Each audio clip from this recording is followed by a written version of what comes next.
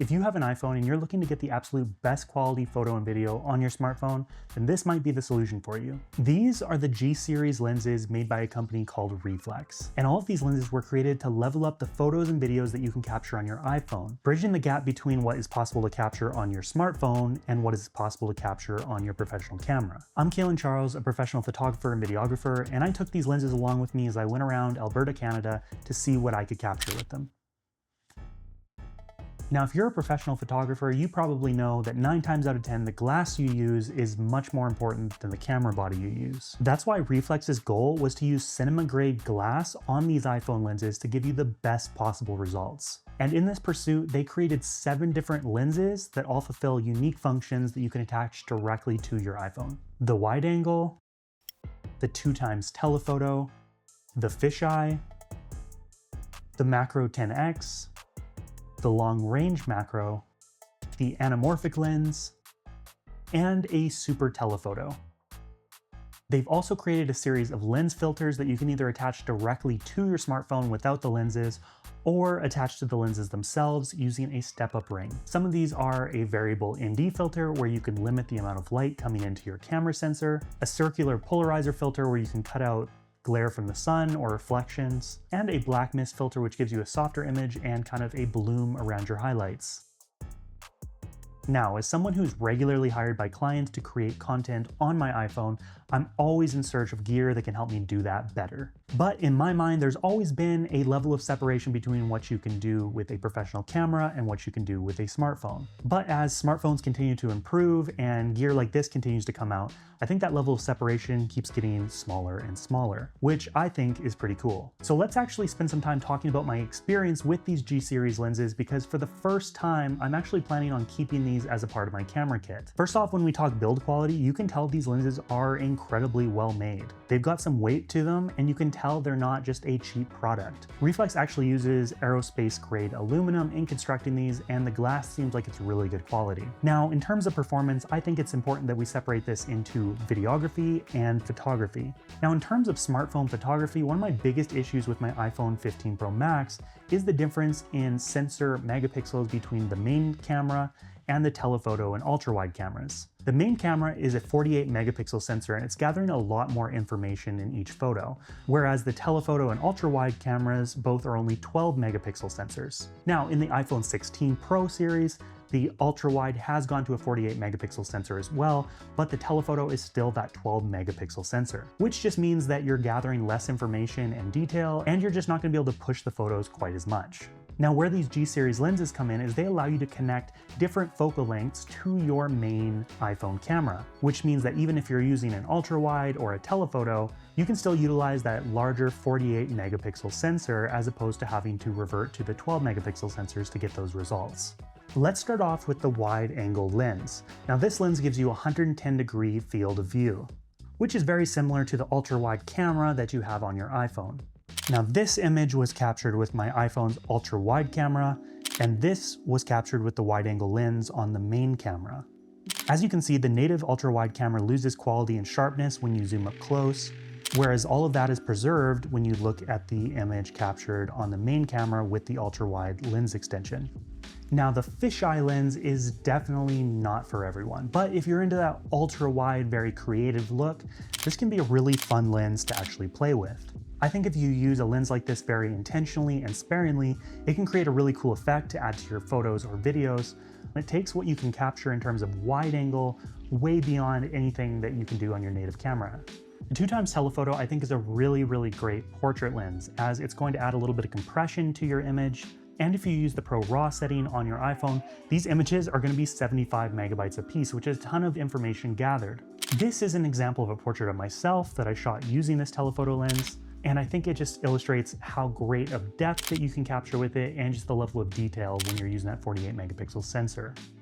Now, this is my first experience using an anamorphic lens. I've often heard them talked about for really cinematic looking videos, but when you're talking about professional camera ones, they're usually very expensive. And as my work's never required it, I've just never bought one. And if you're using a Blackmagic Cam app, which I'll talk about a little bit later for video, you can set the aspect ratio in-app to 1.33. This allows you to de-squeeze and capture that anamorphic look in your camera and create video using that cinematic look and the characteristic blue flares that you get with an anamorphic lens. Now for the macro lenses, I actually enjoyed this so much more than I actually thought I would. I personally don't own a macro lens. It's in no part a part of my regular work process, and I just don't need one. But playing with the macro lenses that came with the G-Series bundle was a ton of fun, getting close up to flowers, getting close up to insects. It just opens a brand new world that you just don't really see with your naked human eye. Now the difference between these G-Series macro lenses is the minimum focus length that you have to be away from your subject, with the macro 10x requiring you to be closer to your subject than the long range macro.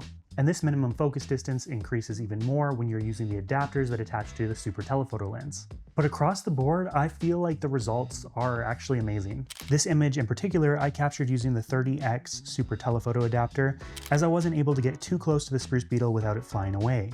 30 centimeter distance really helped me not to disturb the insect, while still capturing insane detail. I actually had no idea what these insects look like close up, and it actually kind of reminds me of a cow.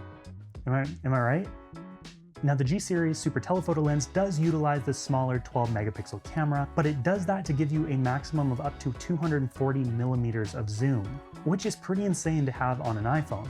This is double the length of the telephoto lens on my iPhone 15 Pro Max, which just opens up a ton of different possibilities for video and photos that you can capture. The image quality looks great, and they've constructed the lens very, very well using that aerospace grade aluminum that I mentioned earlier, and just a really good quality glass. Now, if you are doing video, I would recommend putting this on a tripod, as I think it's really hard to be steady with this kind of focal distance regardless of what camera you're using. I regularly shoot the Rolex Grand Slam equestrian show jumping event, and I use a really large camera lens for that. And without a tripod, my footage is all over the place. Just because when you have that focal distance, any kind of movement, even the smallest movement, is going to be really noticeable on video. So yeah, I would use a tripod for this. Now this is the difference in zoom length between the native telephoto lens on your iPhone and the Reeflex Super Telephoto. It's a pretty significant difference, and I think it would be a really great lens to own if you attend a lot of concerts or events where professional cameras are banned, like they usually are. So maybe for Taylor Swift's next tour, you should buy this lens and bring it along in your pocket with your smartphone. Now jumping over to video footage on your smartphone, I think this is where these lenses really start to shine. With Apple's addition of log footage recording and all these amazing third-party camera apps, a smartphone has quickly become a stand-in for a professional camera on a shoot day. I'll regularly use my iPhone as a B cam or sometimes even an A cam if I don't have my main camera ready. Now the apps that I use to record log footage is either the Blackmagic Cam app, as it gives me a lot more control than the native camera app on the iPhone, or more recently I've been using an app called Kino, which kind of bakes in a grade onto your log footage and just requires a lot less effort on your part by not requiring you to dump the footage in a third-party editing app like DaVinci Resolve. And recently there's also been talks about an app called Parallel 3, which actually allows you to transform the Apple log to match more closely whatever the log footage your native camera uses. So for me, I use Sony, so I'm regularly shooting S-Log 3. So what this app does is it allows you to take that Apple log and convert it into S-Log 3 footage, which should make matching colors a lot easier. I haven't tried it out yet, but I do plan on doing that in the near future. Now, as I kind of mentioned before, when you're using the Super Telephoto lens or any of the macro lenses, I really suggest that you use a tripod with your smartphone, because the smallest movement is going to be very noticeable when you're talking about really long distances or those really close-up macro shots. And this is some of the sample footage I captured using these lenses with some of the third-party apps I mentioned.